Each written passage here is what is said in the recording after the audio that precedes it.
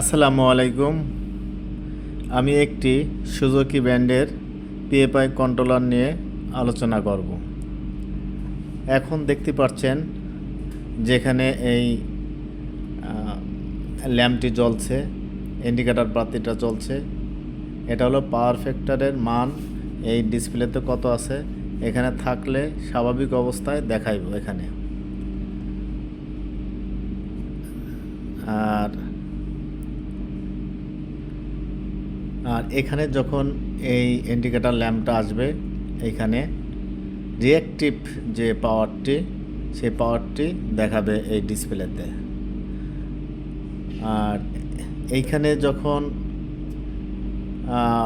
এই ইন্ডিকেটর ল্যাম্পটি জ্বলবে, তখন এখানে হ্যান্ড অপারেটিং, মানে আপনি ম্যানুয়ালভাবে এই প্রত্যেকটি ক্যাপাসিটার আপনি চেক করতে পারবেন।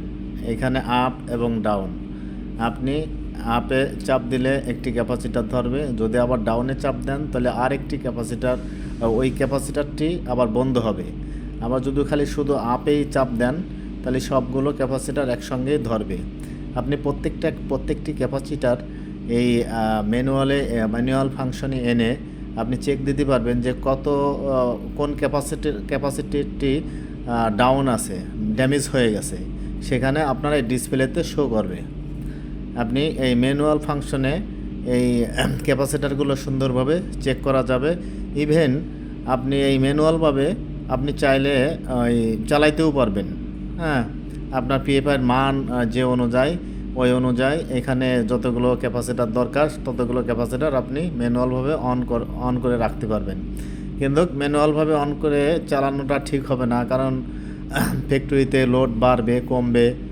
যখন লোড কমবে তখনও ক্যাপাসিটারের সংখ্যা কম লাগবে, আবার যখন বাড়বে তখন ক্যাপাসিটার বেশি লাগবে। এই জন্য অটোতে চালানোই সবচেয়ে বেটার। আর এই যে এখানে দেখতে পারতেছেন, এখানে যখন এই ইন্ডিকেটর ল্যাম্পটি জ্বলবে তখন আপনি এইখানে যে প্রোগ্রামগুলো আছে প্যারামিটার, সেইটাই সেটিং করতে পারবেন, সেট করতে পারবেন। এই যে আমরা চলে আসতেছি এখানে, যে এই যে 1 নাম্বার, এখানে সব কিছু ডিটেলস দিয়ে আছে। আপনি এটা দেখে আপনি এটা প্রোগ্রাম করতে পারবেন। যেমন এই যে এখানে আছে PR1, এখানে প্রোগ্রামিং পাওয়ার ফ্যাক্টরের যে মানটি, সে মান আপনি কততে রাখবেন।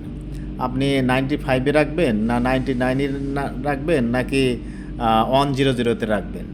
আপনার সর্বনিম্ন 95-এ আপনার রাখতে হবে, আর 99-এও রাখতে পারবেন, 100-এও রাখতে পারবেন, মানে 100। 95-এর নিচে যখন নেমে যাবে তখন কিন্তু আপনার পাওয়ার ফ্যাক্টরের যে জরিমানাটা সেটা চলে আসবে কিন্তু। তা আমরা অবশ্যই 95-এর উপরে রাখবো আর কি। আমি এক হাতে ফোন ধরে ভিডিও করতেছি, তো আমি প্রোগ্রাম করে দেখাতে পারছি না, কিন্তু কোনটার কি কাজ সেটা আমি বলে দিচ্ছি। এই যে 2 নাম্বার যেটা আর কি, 2 নাম্বার হলো আপনার যে ওভার যে ভোল্টেজটা, সেই ভোল্টেজটা এখানে আপনার সেট করতে হবে। সর্বোচ্চ ভোল্টেজ আপনি সেট করবেন। ধরুন আপনি 440 ভোল্ট যদি থাকে, 440 ভোল্ট আপনি সেট করবেন। 440 ভোল্টের যদি বেশি আসে তখন কিন্তু এটা কাজ করবে না কিন্তু। এই জন্য ওই সর্বোচ্চ ভোল্টেজ যেটা, সেটা দিয়ে রাখলে পরা আপনার দেখা গেলো যে এই ডিভাইসটাও মানে সেফ পাবে। দেখা গেলো যে আপনি 600 ভোল্টেজ দিয়ে দিলেন, 600 ভোল্টেজ যখন আসবে তখন কিন্তু এই কন্ট্রোলারটি ড্যামেজ হয়ে যাবে।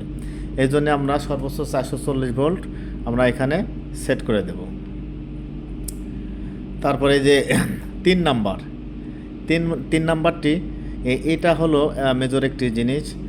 এখানে আপনার যে রিকন যে টাইমটি সেই টাইমটি এখানে সেট করে দিতে হবে।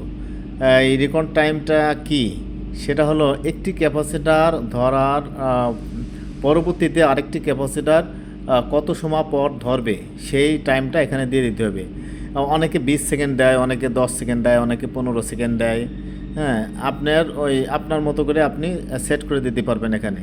কিন্তু যদি একেবারে কম দেন, এগুলো 5 সেকেন্ড যদি দেন, বা যদি আরেকটু বেশি দেন, 6-7 সেকেন্ড যদি দেন, তাহলে এগুলা দিলে পরে হয় কি, আপনার যখন একটি ক্যাপাসিটার ধরে যদি আবার সাথে সাথে ওই ক্যাপাসিটারটি আবার ধরে, তাহলে দেখা গেলো যে ক্যাপাসিটারের ভিতরে যে চার্জ হয়ে থাকে সেই চার্জের কারণে ম্যাগনেটিক কন্ডাক্টের ভিতরে আসে প্রভাব পড়ে।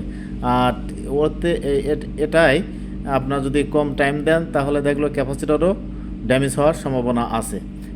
এই জন্য আমরা সর্বনিম্ন আর কি 10 সেকেন্ড দেব, উপরে 15-20 দিতে পারবেন আপনি। আর এই যে দেখছেন 4 নাম্বারটি হলো আপনার যে এই কন্ট্রোলারের সঙ্গে যে সিটিটি আছে কারেন্ট ট্রান্সফরমার, এই কারেন্ট ট্রান্সফরমার যে রেশিওটা আছে সেই রেশিওটা এখানে বসায় দিতে হবে।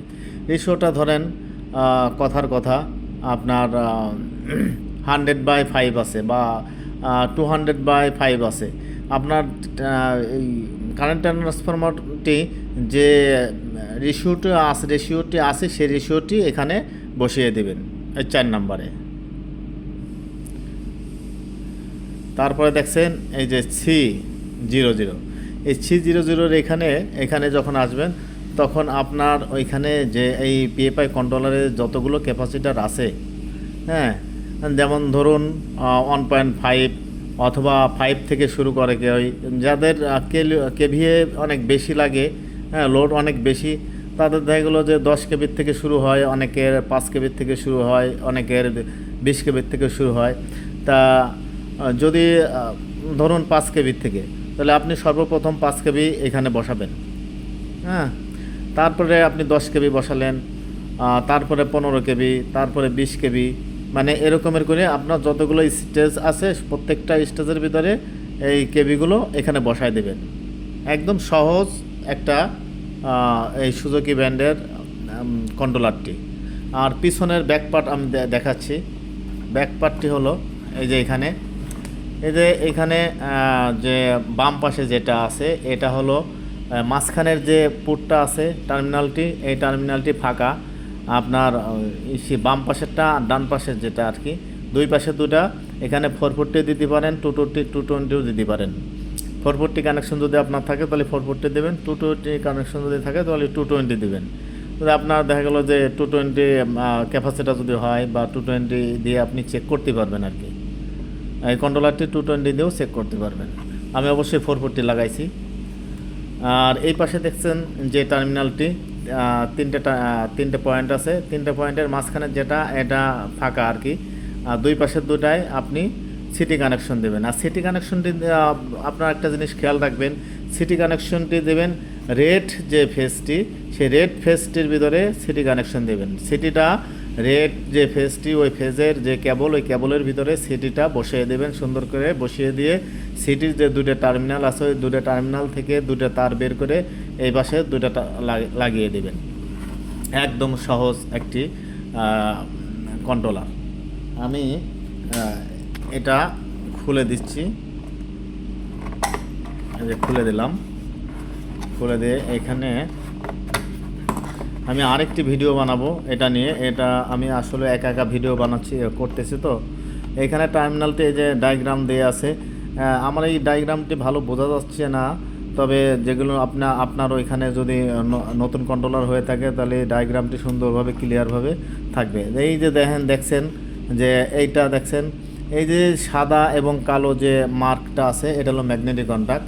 এই যে ম্যাগনেটিক কন্ট্যাক্ট, এটা ম্যাগনেটিক কন্ট্যাক্ট। আর এটা হলো সার্কিট ব্রেকার, হ্যাঁ, এটা সার্কিট ব্রেকার। আপনারা যদি এইচআইসি ফিউজের মাধ্যমে দিতে চান তাও দিতে পারবেন।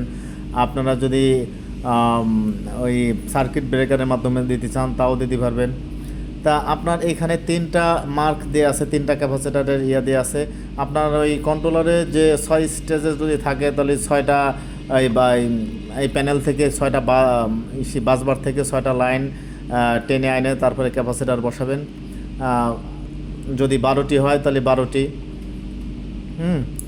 আর এই যে ইয়াগুলো দেখতে পাচ্ছেন, এই যে এগুলা হলো টার্মিনাল হলো আপনার এই যে নিচের যে সি ফেজটা আছে এই ফেজ থেকে এখানে একটা তার সংযোগ দিতে হবে এই টার্মিনালে। সেই টার্মিনালটি কোথায়? এই যে এখানে একটি কমন করে দিতে হবে। কমন করে দিলে প্রত্যেকটার ভিতর থেকে একটি করে ফেজ বের হবে। ফেজ বের হলেই আপনার প্রত্যেকটি ক্যাপাসিটারের মানে A1-এ লাগিয়ে দেবেন।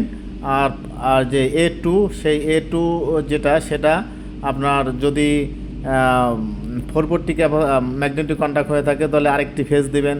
আর যদি 220 হয়ে থাকে তাহলে নিউট্রাল কমন করে দিবেন। একদম সহজ একটি কন্ট্রোলার। আশা করি আপনারা মোটামুটি ভালো বুঝতেই পারছেন।